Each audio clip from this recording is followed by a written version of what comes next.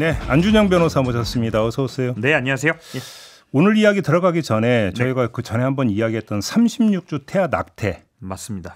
이 뭐 지금 유튜브에 가서 이제 파문이 엄청나게 있었었는데 네네. 해당 산부인과 원장이 수술을 집도한 것으로 알려졌는데 아니었다면서요? 네, 어제 이제 새로운 소식이 있었는데요. 예. 기존에 알려진 것과 달리 실제 낙태 수술을 집도한 것이 해당 병원이 아닌 다른 병원의 의사로 밝혀져서 좀 충격을 주고 있습니다. 이 사건이 터진 게 6월 말이니까요. 벌써 3개월이 다 되어 가는데요.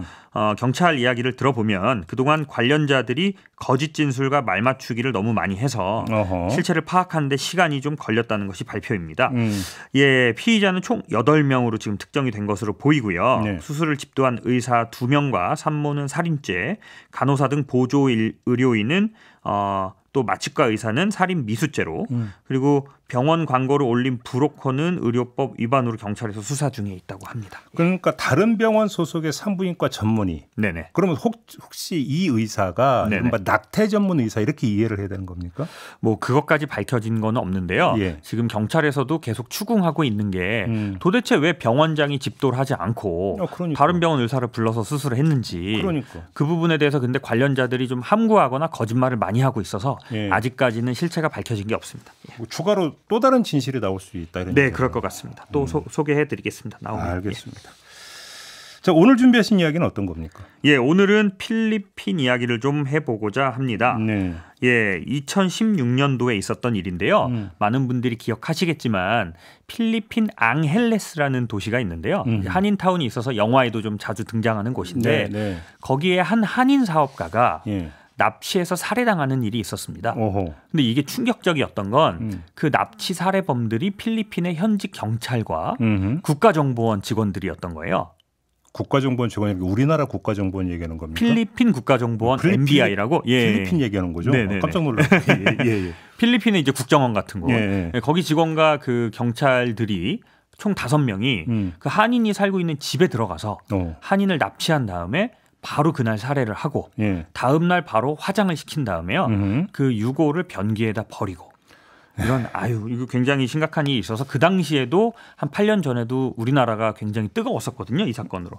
그때 그 방송 엄청 탔었죠, 이거. 맞아요. 그래서 결국은 그 당시에 두테르테 대통령까지 나서서 한인들과 있는 자리에서 공개적으로 사과까지 했었어요. 근데 왜 그랬던 거였어요, 그때? 지금도 뭐 그 원인에 대해서 정확히 밝혀진 건 없지만 제가 이렇게 보면 단순히 돈을 노린 것 같지는 않고 분명히 누군가의 사주가 있었던 것 같아요. 사주. 왜냐하면 결국 이 경찰들이 유족을 협박해서 1억 원을 갈취하기는 하는데 돈을 받기 전에 이미 살해를 하고 살해가 끝난 다음 날 바로 화장을 하는 수법을 보면 돈보다는 이제 원한 관계나 누군가의 사주를 받아서 이런 일을 했었던 것 같고요. 근데 여기서 이제 좀 재판이 흥미로웠던 건 다른 경찰들은 전부 다 이제 유죄 판결을 받아서 무기징역을 받았는데 당시에 핵심 인물이 있어요. 필리핀 마약 수사국 팀장이었는데요. 기억하시겠지만 그 두테르테 대통령이 마약과의 전쟁으로 좀 유명하지 않았습니까? 센 대통령이었죠. 그렇죠. 근데 그 마약과의 전쟁의 핵심 인물이었던 팀장 경찰이었으니까 그 당시 정권에서는 엄청 실세였죠. 근데 그 해당 경찰이 주범인데 그 경찰이 1심에서 무죄 판결을 받게 돼요. 네. 그래서 이제 필리핀 한인 사회가 이제 난리가 났었죠. 그래서 이제 우리나라에서도 뭐 외교부나 이런 여러 가지 외교적 노력을 통해서 결국 8년 만인 지난 6월에 2심에서 판결이 뒤집혀서 그 해당 마약팀 팀장이 유죄 판결을 받게 되거든요. 그래서 종신형의 판결을 받았는데 여기서 문제는 이제 1심에서는 무죄가 나왔잖아요. 그러니까 자유롭게 변호사로 활동을 하고 있었대요. 근데 이제 2심에서 이제 종신형을 선고받고 그 종신형을 집행하러 이제 경찰들이 들이닥친 게 한 2주 정도 시간이 있었는데 판결 후에 그렇죠. 바로 그게 안 됐군요. 또. 그게 좀 2주 정도 시간이 걸렸다고 합니다. 그래서 그 2주 사이에 도주를 해버린 거예요. 그래서 8년 만에 겨우겨우 유죄 판결은 받았는데 진짜 뭔가 있는 건가? 왜 이래요, 그럴까? 그렇죠. 뭔가 있는 사람이죠. 근데 여기서 문제는 이 사람이 유죄 판결이 날 게 예상이 됐고 결국 이 사람이 도주할 우려가 있다라고 필리핀 한인 사회에서는 이미 말이 많았고 네. 필리핀 영사관한테 민원도 넣었대요. 네. 그런데도 불구하고 이렇게 범인을 놓치고 마니까 이거 너무 우리나라의 대처가 안일하지 않았나. 우리나라 경찰과 외교부에 대한 질타가 지금 이뤄지고 있습니다. 근데 교도소라고 해야 됩니까? 수용소라고 해야 됩니까? 변호사님 직접 다녀온 적도 있다면서요? 예, 제가 필리핀에 이제 비쿠탄 수용소라고 해서요. 영화에 자주 나오는 곳인데 그 이민국 소속의 수용소가 있습니다. 그건 수용소겠네. 네네, 예. 그 필리핀 마닐라 한복판에 있는데 그 비쿠탄 수용소는 주로 이제 필리핀에서 검거된 한국 사람들이랑 외국인들이 이제 거주하는 수용소인데요. 한국으로 그러니까 기다리는 거죠. 송환을 네. 기다리는 사람들이 네. 머무는데 이렇게 되면. 네. 그래서 저도 이제 뭐 송환을 도와주고 이러려고 거기서 좀 선임된 의뢰인들이 좀 있어서 네. 제가 삐끗한 수용소 안에까지 들어갔는데 어때요? 가보니까? 예, 제가 아마 삐끗한 수용소 안에까지 몇 번 들어가 본 변호사는 제가 아마 처음일 거예요. 네. 예. 그래서 안에 들어가면 제 눈에는 너무 열악해요.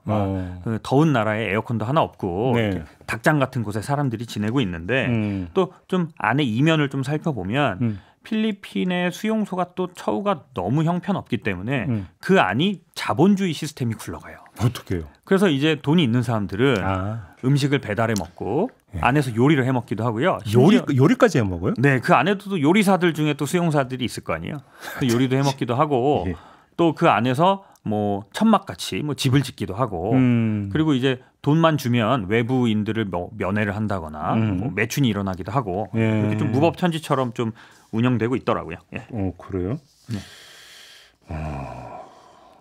한마디로 엉망이라고 해도 되는 겁니까? 그렇죠. 그렇기 때문에 그럼 여기서 뭐 도망치자면 얼마든지 도망칠 수 있겠네요? 맞아요. 그래서 작년 올해 해서 네. 한국에서 굉장히 중요한 범죄자들이 필리핀에서 탈옥을 해서 문제가 됐어요. 네. 예를 들면 우리나라 보이스피싱의 시초라고 할 수 있는 김미영 팀장도 탈옥을 했다고. 그 유명한. 예. 그렇죠. 예. 그리고 뭐 마야광도 탈옥을 했었고 그리고 작년에는 태안 저수지 살인 사건, 태안 저수지의 아내를 살인해서 유기한 그 피의자도 결국 탈옥을 했다 다시 붙잡히는 경우가 있었고요. 그렇군요. 네. 근데 수용소 시설 말고 지금 피해자 유족이나 이런 분들이 제기하는 게 대한민국 대사관 영사관. 네네네. 어떤 그 처사를 상당히 많이 비판하고 있던데 실태가 어떤데 이런 얘기가 나오는 겁니까?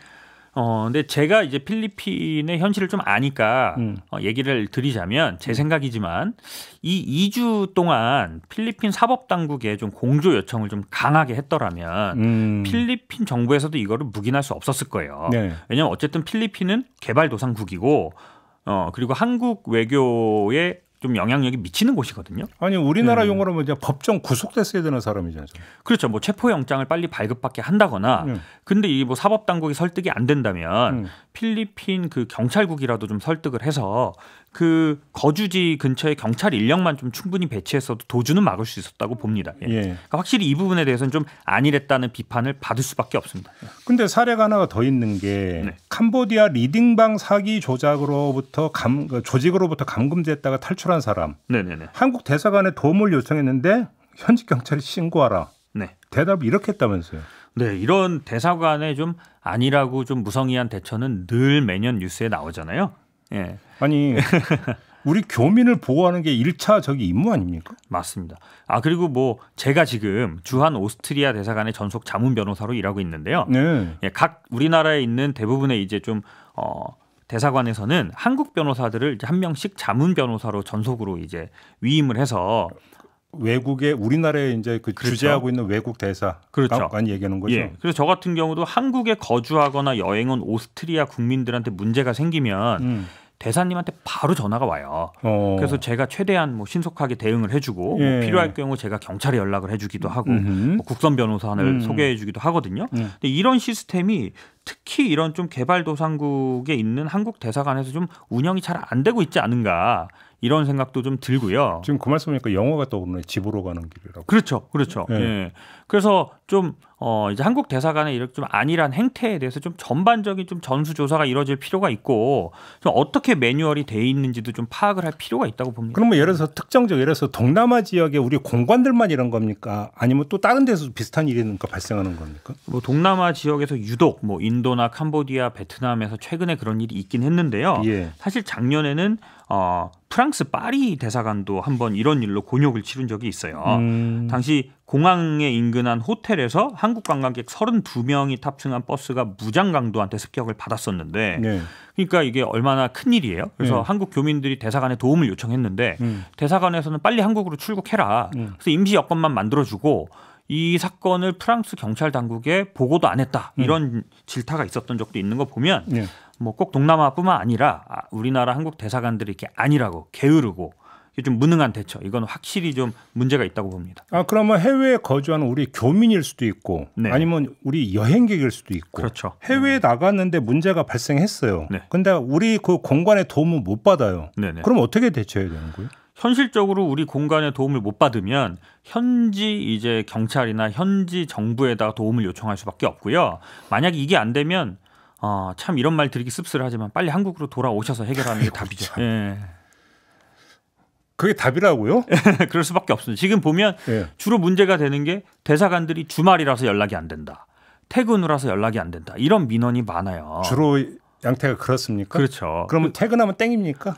그렇죠. 그리고 대사관들은 우리나라 대사관뿐만 아니라 전 세계 모든 대사관들은 그 나라 공휴일과 자국 공휴일을 또 같이 쉰단 말이에요. 다 쉬어요? 그렇죠. 그러니까 1년에 전화를 했을 때 연결되지 않는 날이 3분의 1이 넘을 거예요. 그러니까 이거는 대사관 시스템을 개선하지 않고서는 자국 국민들이 보호를 받을 수 없는 이런 행태가 계속될 수밖에 없습니다. 그럼 이건 주재 공관 문제가 아니라 우리 외교부에 이거 물어봐야 될 사안이네요. 그렇죠. 예, 외교부의 적극적인 개선의 의지가 필요하다고 봅니다. 알겠습니다. 네. 자, 오늘 이렇게 마무리하죠. 안준영 변호사와 함께했습니다. 고맙습니다. 네, 감사합니다.